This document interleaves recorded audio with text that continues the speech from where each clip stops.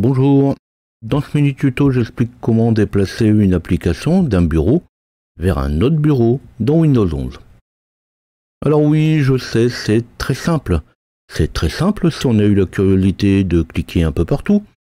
Ce n'est pas forcément le cas de Monsieur Tout-le-Monde et on n'est pas censé non plus tout connaître. C'est vrai aussi qu'il y a un moment maintenant, je me rappelle que je m'étais moi-même posé la question.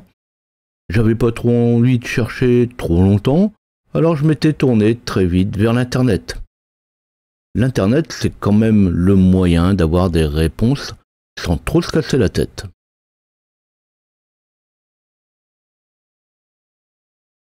Avant de passer au sujet, pensez à vous abonner à la chaîne et activer la cloche pour recevoir les notifications de mes nouvelles vidéos. Pour me retrouver, vous pouvez aussi taper LJP Info dans votre navigateur web.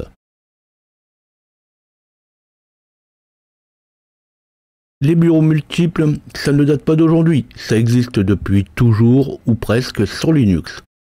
Mais sur les anciennes versions de Windows, il existait déjà des Power Tools qui le proposaient. Sur Windows 11, maintenant, c'est natif.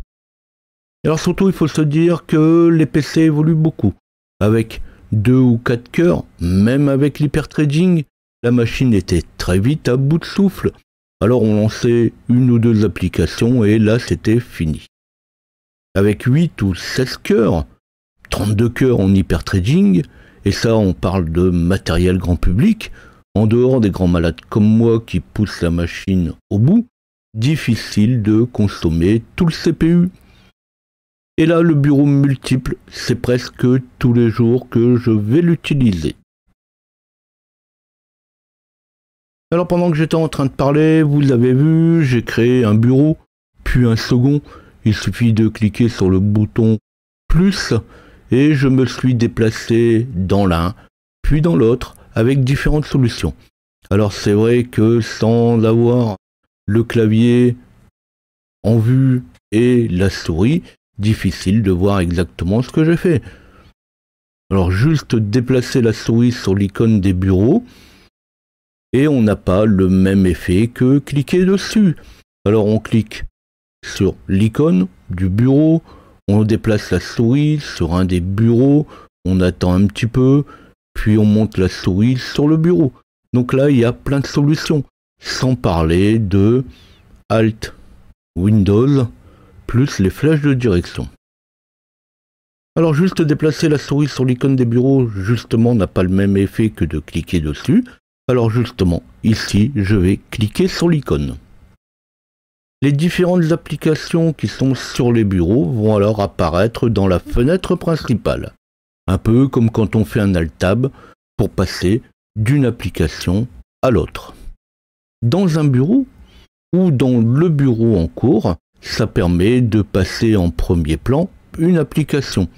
Il suffit de cliquer sur l'application, donc cliquer dessus, et elle va passer au premier plan. L'application prend le focus. Alors bizarre, mais j'aime pas trop ces termes, mais après tout, il faut faire avec.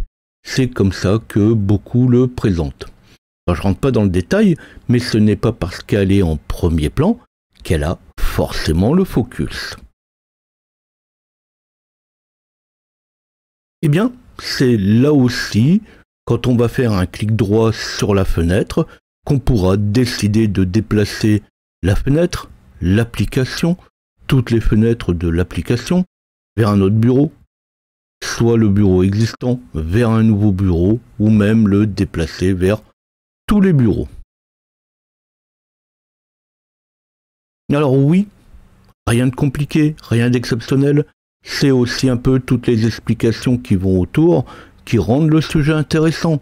Après, je ne suis pas allé plus loin que ça, c'est toujours un peu aussi de la curiosité. Alors là, je ne parle pas forcément de fonction cachée, c'est pas le cas, c'est pas une fonction cachée. Je développe aussi un peu, c'est toujours difficile d'indiquer tout ce qu'on peut faire dans une application.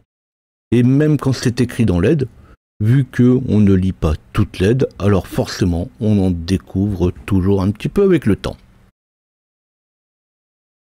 Alors bien sûr, si le sujet vous a plu, vous n'oubliez pas de liker. Des petits trucs comme ça, il y en a plein. Ici, je parlais de déplacer une application. J'aurais pu parler de mettre un autre fond d'écran ou un fond d'écran différent par bureau. Donc là, dans l'icône de bureau, c'est juste un clic droit au niveau du bureau. Alors c'est sûr qu'il y en a plein d'autres comme ça. Je ne pense pas forcément à tout. N'hésitez pas à mettre vos commentaires et vos remarques sous la vidéo. Alors c'est sûr que les sujets n'intéressent pas les mêmes personnes, ne s'adressent pas toujours aux mêmes personnes, même si une information est toujours bonne à prendre.